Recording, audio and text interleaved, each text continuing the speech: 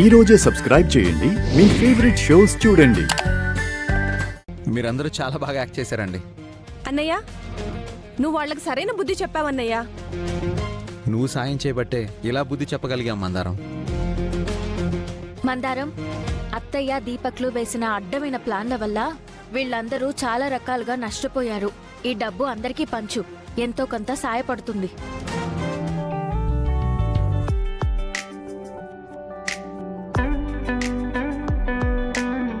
ఇప్పుడు నా మనసుకి కొంచెం ప్రశాంతంగా ఉంది రాజు.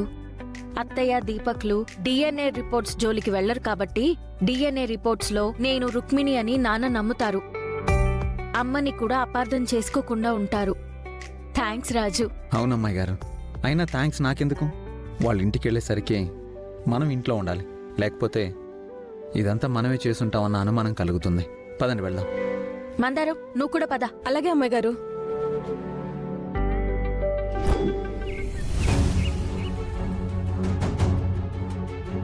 అయినా పెద్దయ్య గారి ముందే మన గురించి ఎలాంటి అనుమానం రాకుండా నమ్మించిన వాళ్ళం.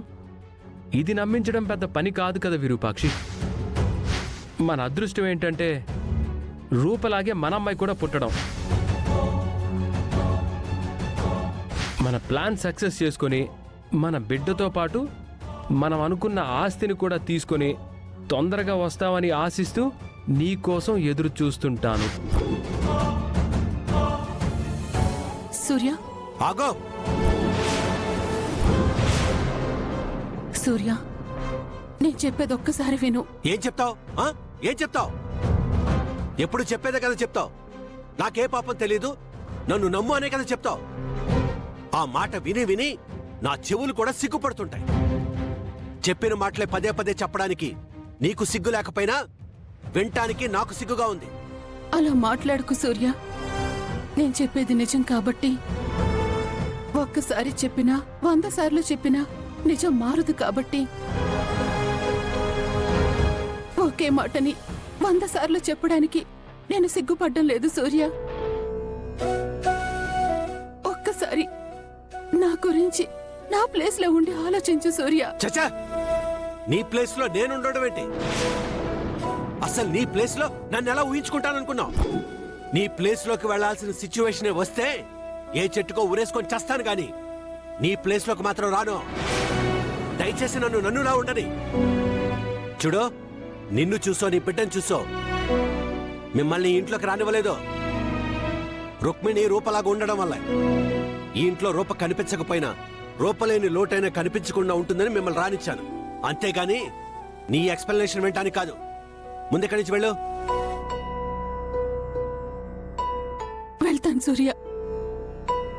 నన్ను నమ్మకపోయినా పర్వాలేదు కానీ నా పేరు మీదొచ్చిన ఆ కొరియర్ని మాత్రం నమ్మకు. ఆ కొరియర్కి నాకు ఎటువంటి సంబంధం లేదు. అందులో ఉన్న ఒక్క అక్షరం కూడా నిజం కాదు. మన బిడ్డ మీద ఒట్టేసి. పిచ్చిగా మాట్లాడుకో. ఇంకొకసారి నా బిడ్డ మీద ఒట్టేసావంటే అదే నీకు ఆఖరి రోజు అవుతుంది. మర్యాదగా వెళ్ళు. వెళతావా నన్నే గెంటేమంటావా?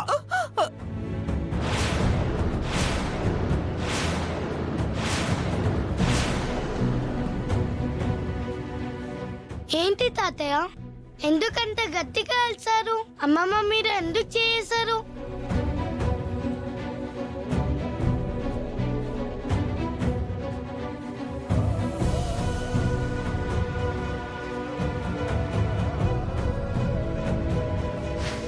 ఒక్క భుజం మీద మాత్రమే కాదురా, ఆడపిల్లని ఇక్కడ ఇక్కడ ఇక్కడ ఇక్కడ ఎక్కడ ముట్టుకున్నా తప్పేరా? ఆడవాళ్ళ మీద చేయడం తప్పని మీరే కదా చెప్పారు. మరెందుకు అమ్మమ్మ మీద చేశారు?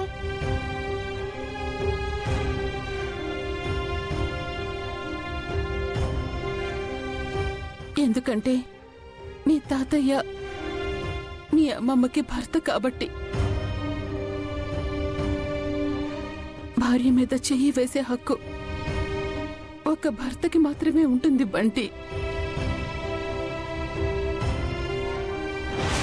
అమ్మా, అబ్బా, అమ్మో అయ్య బాబోయ్ దీపక్ నాకు ఓపిక లేదురా పదరా త్వరగా వెళ్దాం అమ్మా మందారం! అమ్మో. ఏంటి పిల్లలు కుంటున్నారు?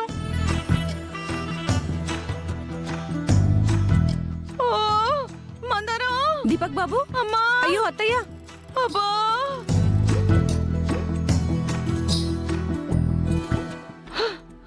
అయ్యో అత్తయ్య దీపక్ బాబు ఏమైంది ఎందుకు ఇలా కందిపోయారు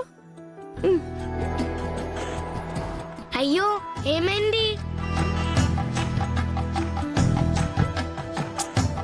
ఎండ కందిపోయారేమో అనుకోవడానికి బయట ఎండ కూడా లేదు మందారం, వర్షం పడతా ఉండాది. హేయ్, ఎండ కందిపోయామని మేము చెప్పామా నీకు? మరేమైంది మామా? నా తమ్ముడికి అంత మంచి జరగాలని పూజ చేద్దాం అనుకుని బయలుదేరాం. దారిలో యాక్సిడెంట్ జరిగింది.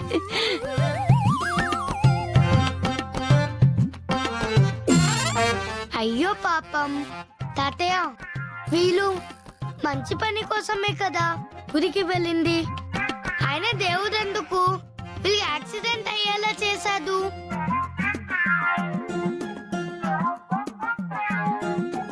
వీళ్ళు అబద్ధం చెప్తా ఉండారు బంటి.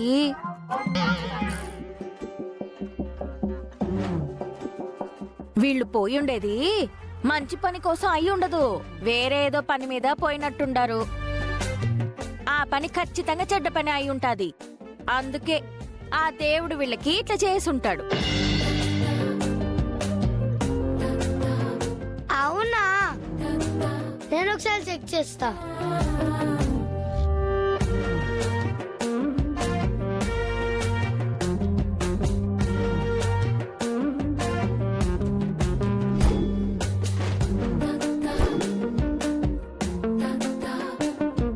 వీడేంటి డిటెక్టివ్ లాగా ఎంత దగ్గరకు వచ్చి చూస్తున్నాడు? అవునమ్మా, నువ్వు చెప్పేది నిజమే. వీళ్ళు అబద్ధం ఆడుతున్నారు. ఇది యాక్సిడెంట్ కాదు. ఎవరో బాగా కులపలిచినట్టున్నారు.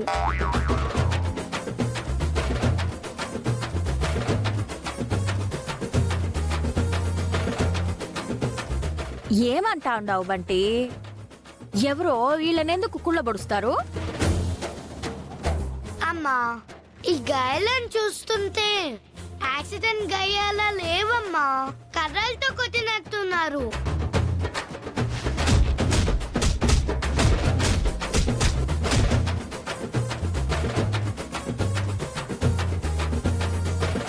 బంటి, కర్రలతో ఎవరు కొడతారు బంటి? యాక్సిడెంట్ అయినప్పుడు కర్రల మీద పడుండొచ్చు. నీకేం తెలీదు, నువ్వు సైలెంట్ గా ఉండు బంటి. అయ్యో అమ్మా, కాళ్ళ నుంచి కర్రల మీద పడాలంటే కనీసం కార్ అద్దాల్లో నుంచి బయటికి వచ్చి ఉండాలి కదా.